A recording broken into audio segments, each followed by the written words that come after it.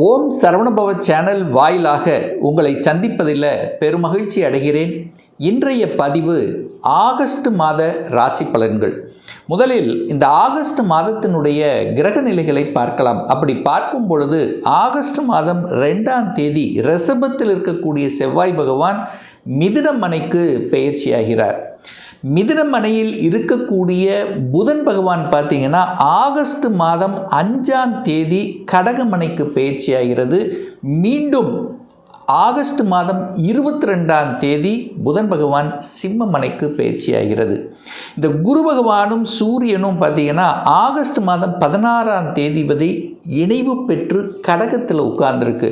அதன் பிறகு சூரிய பகவான் சிம்மத்துக்கு பயிற்சியாகிறது ஆகஸ்ட் மாதம் 17ஆம் தேதி. சுக்கிர பகவான் கன்னியில் வீட்டிருக்க, கேது பகவான் சிம்மத்திலும் ராகு பகவான் கும்பத்தில் அமர்ந்திருக்க, சனி பகவான் வக்ரம் பெற்று மீனமனையில் இருக்குது. ஸோ இதுதான் இந்த மாதத்தினுடைய கிரகமைப்பு. இந்த கிரக அமைப்பை வைத்து கொண்டு இந்த ஆகஸ்ட் மாதம் என்ன மாதிரியான பலன்கள், சாதகம் என்ன, பாதகம் என்ன, எதை செய்யலாம், எதை செய்யக்கூடாது, என்ன மாதிரியான தெய்வ வழிபாடு இந்த மாதம் உகந்தது என்பதை பற்றி இந்த பதிவில் நம்ம டீட்டெயிலாக பார்க்க போகிறோம். அதற்கு முன்னால் நம்முடைய சேனலை நீங்கள் ஃபர்ஸ்ட் டைம் பார்ப்பவர்கள் என்றால் மறக்காம சப்ஸ்கிரைப் பண்ணிக்கிங்க. கும்பராசி அன்பர்களே, ஆகஸ்ட் மாதம் என்ன பலன் எப்படி இருக்குது அப்படின்னு டீட்டெயிலாக பார்க்கும் பொழுது உங்கள் ராசிநாதன் என்று சொல்லக்கூடியவர் சனி பகவான். அந்த சனி பகவான் இப்போ வக்ரம் அடைந்து தனஸ்தானம், குடும்பஸ்தானம், வாக்குஸ்தானத்தில் உட்கார்ந்துருக்கு. அப்போ 2ஆம் இடத்தில் இருப்பது நல்லதானா? நல்லது தான். நீங்கள் போய் 2ஆம் இடத்தில் உட்கார்ந்துருக்கீங்க. அப்போ குடும்பத்தில் இருக்கக்கூடிய பிரச்சனைகள் எல்லாம் களைய போகிறீர்கள். தனத்தில் இருந்து வந்த பிரச்சனைகள், சங்கடங்களை தீர்க்கக்கூடிய சில முடிவுகளை எடுப்பீர்கள். உங்கள் வாக்கு, கோபம், ஆக்ரோஷத்தை கொடுத்து கொண்டிருந்த உங்களுக்கு இப்போ அந்த கோபம் வேண்டாம், ஆக்ரோஷம் வேண்டாம், ஒரு நிதான போக்கு அப்படிங்கிறது கண்டிப்பாக உங்களுக்கு உணர்த்தும் அப்படிங்கிறது அமைப்பு.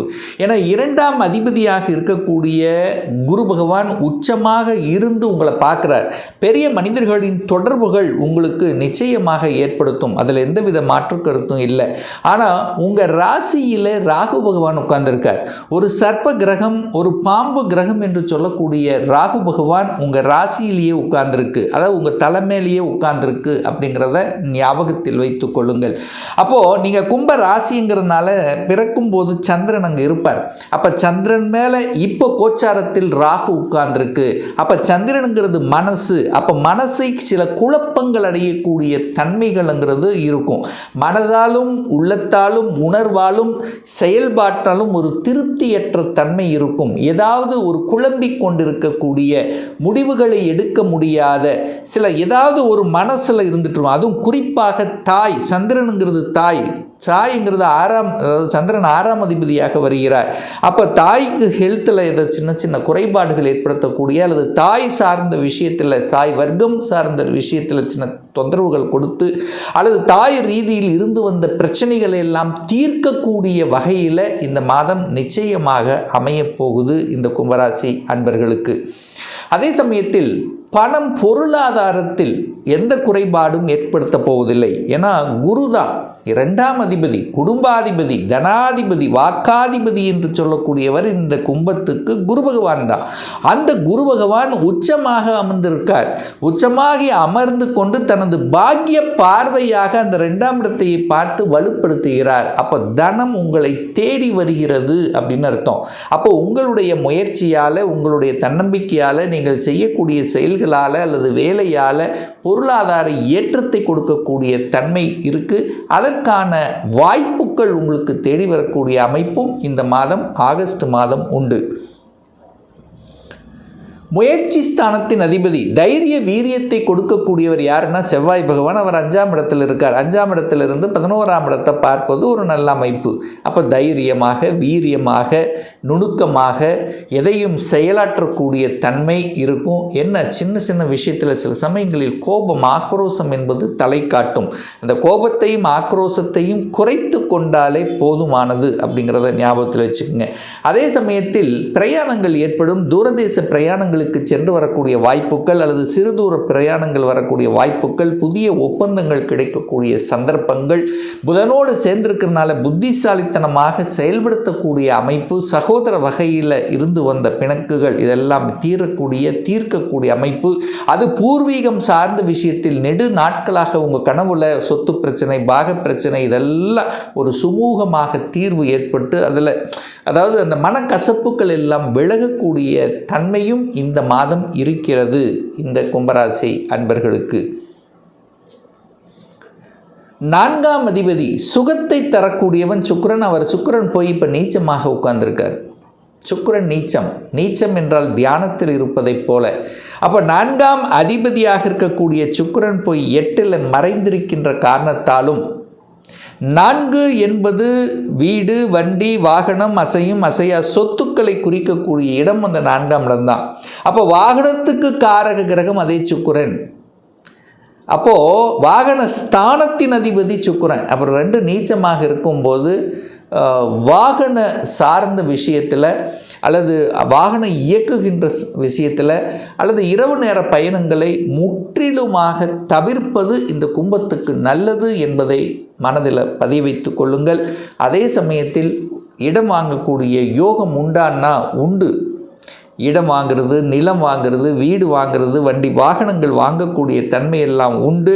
ஆனால் என்ன டாக்குமெண்ட்டில் ஏதாவது வில்லங்கம் இருக்கா என்பதை ஒரு தடவைக்கும் 2 தடவை செக் பண்ணணுங்கிறத ஞாபகத்தில் வச்சுக்கோங்க. ஏன்னா அதே புதன் தான் 8ஆம் அதிபதியாக வருவார்.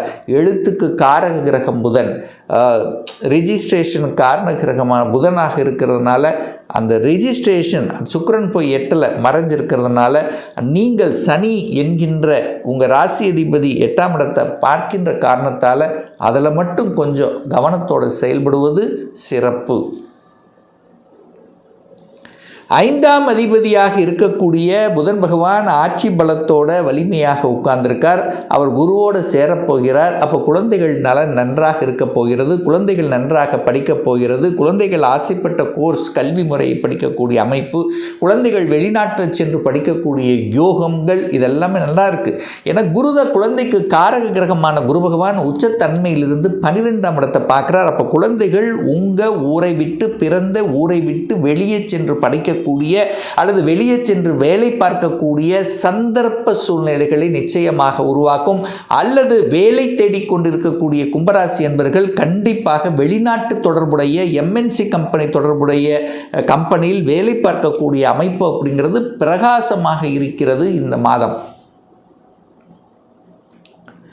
6ஆம் இடத்தில் தனாதிபதியாக இருக்கக்கூடிய குரு பகவான் 6ஆம் இடத்திலிருந்து உச்சமாக இருக்கிறனால கடன் கேட்ட இடத்தில் கடன் கிடைக்கும். அப்போ கடன் தன்னுடைய கெப்பாசிட்டிக்கு மேலே போகாமல் பார்த்து கொள்வது சிறப்பு. ஏன்னா 12ஆம் இடத்தை பார்க்குறார். தனாதிபதி 12ஆம் இடம் விரயம். அப்போ அந்த விரயத்தை சுப விரயங்களாக கன்வெர்ட் பண்ணிக்கிறது புத்திசாலித்தனம் என்பதையும் ஞாபகத்தில் வைத்துக் கொள்ளுங்கள். அப்போது பணம் செலவாகிறது.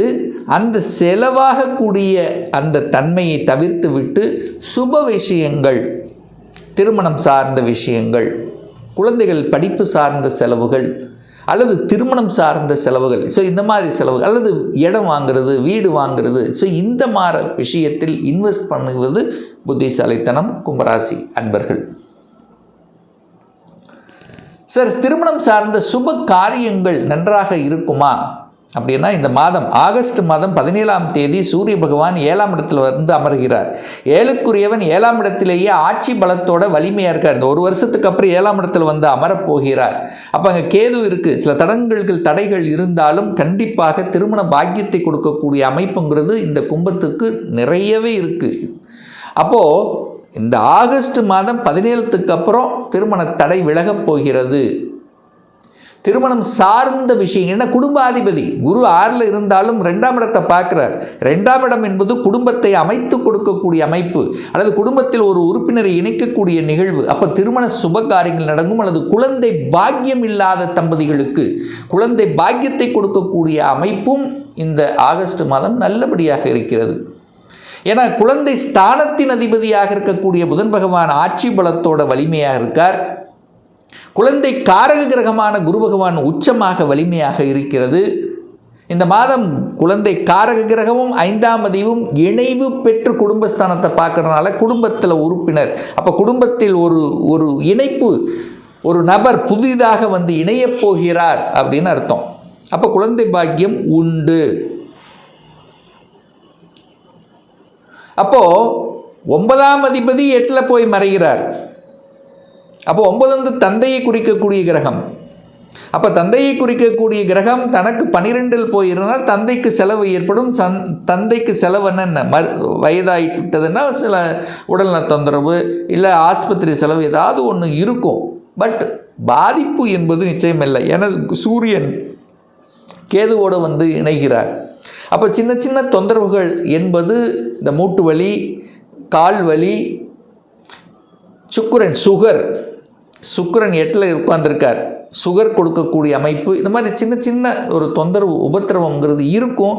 பெரிய பாதிப்புங்கிறது இல்லை. ஏன்னா 4க்குரியவன் தாயை குறிக்கக்கூடிய அந்த சுக்கிரன் 8ல் போய் உட்கார்ந்திருக்கார். தந்தையை குறிக்கக்கூடிய சுக்கிரன் 8ல் போய் உட்கார்ந்திருக்கார். தந்தையை குறிக்கக்கூடிய காரகிரகமான சூரியனோட கேது இணைகிறது. தாயை குறிக்கக்கூடிய சந்திரனோட ராகு இணைகிறது. அப்போ தாய் தந்தையினுடைய ஹெல்த் விஷயத்தையும் அவரை கொஞ்சம் அக்கறையாக பார்த்து கொள்வது இந்த கும்பத்துக்கு நல்லது என்பதையும் அவங்களுக்கு ஒரு பாசிட்டிவாக, ஒரு தன்னம்பிக்கை கொடுக்கக்கூடிய செயல்பாடுகள், கோபப்படாமல் ஆக்ரோஷப்படாமல் ஒரு நல்ல விதத்தில் பார்த்து கொள்வது கடமை என்கிறதையும் மைண்டில் வச்சுக்கோங்க கும்பராசி என்பர்கள். அப்போது 10ஆம் அதிபதியாக இருக்கக்கூடியவர் செவ்வாய் பகவான், அவர் 5ஆம் இடத்தில் உட்கார்றது ஒரு நல்ல அமைப்பு. 11ஆம் அதிபதி உச்சமாக இருக்கிறது நல்லது. அப்போது தொழில் வார்ந்த விஷயத்தில் சில மாற்றங்களையும் ஏற்படுத்தும். ஒரு மாற்றம், இடம் மாற்றம், ஊர் மாற்றம், உத்தியோக மாற்றம், ஒரு பொறுப்பு. ஏன்னா சூரியன் தான் அதிகாரம், அவர் ஆட்சியாக இருக்கிறார். அப்போ பொறுப்பு மாற்றங்கள், ப்ரமோஷன் கிடைக்கக்கூடிய நிகழ்வுகள், வெளிநாட்டுக்கு சென்று வரக்கூடிய தன்மைகள், வெளிநாட்டு தொடர்புகளை கொடுக்கக்கூடிய அமைப்புகள், வெளிநாட்டில் செட்டில் ஆகக்கூடிய வாய்ப்புகள், தகவல் தொடர்பு துறையில் இருக்கின்றவர்கள்னா ஈஸியாக வெளியில் போகக்கூடிய அமைப்புகள், இதெல்லாமே நல்லபடியாக நல்ல செய்திகளை கொடுக்கக்கூடிய ஒரு மாதமாக இந்த கும்பத்துக்கு அமையப்பெறும்.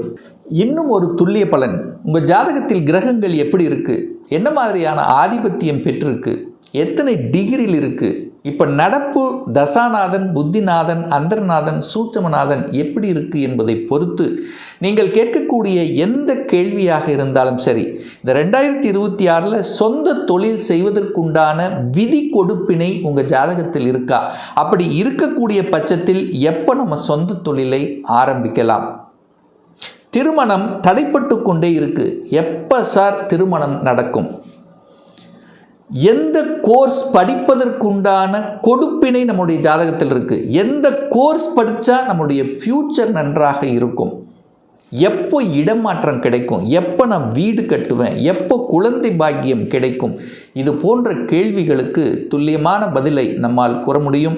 ஒரு பர்சனல் கன்சல்டேஷன் எடுத்துக்கணும், உங்கள் ஜாதகம் சுய ஜாதகம் பார்க்கணும் என்று விருப்பப்படக்கூடிய அன்பர்கள் டிஸ்பிளே தெரியக்கூடிய நம்பருக்கு வாட்ஸ்அப் மூலியமாகவோ ஃபோன் கால் மூலியமாகவோ தொடர்பு கொண்டு அப்பாயின்மெண்ட் பெற்றுக்கொண்டு நேரடியாகவோ அல்லது ஆன்லைன் மூலமாகவோ கன்சல்டேஷன் எடுத்துக்கலாம். நம்மளுடைய அலுவலகம் கோயம்புத்தூரில் அமைந்துள்ளது. அதாவது கோயம்புத்தூரிலிருந்து மேட்டுப்பாளையம் செல்லும் வழியில் வெள்ளக்கிணர் பிரிவு அன்னபூர்ணா ஹோட்டலுக்கு பக்கத்தில் அமைந்துள்ளது. பிரியர் அப்பாயின்மெண்ட் வாங்கிட்டு நேரடியாக கன்சல்டேஷன் எடுத்துக்கலாம். நிச்சயமாக இந்த பதிவு ஏதாவது ஒரு ரூபத்தில் உங்களுக்கு யூஸ்ஃபுல்லாக இருக்குங்கிறதுல மாற்று கருத்து கிடையாது. மீண்டும் ஒரு நல்ல பதிவில் உங்களை சந்திக்கும் வரை உங்களிடமிருந்து விடைபெறுவது உங்கள் அஸ்ட்ராலஜர் டாக்டர் சதீஷ்.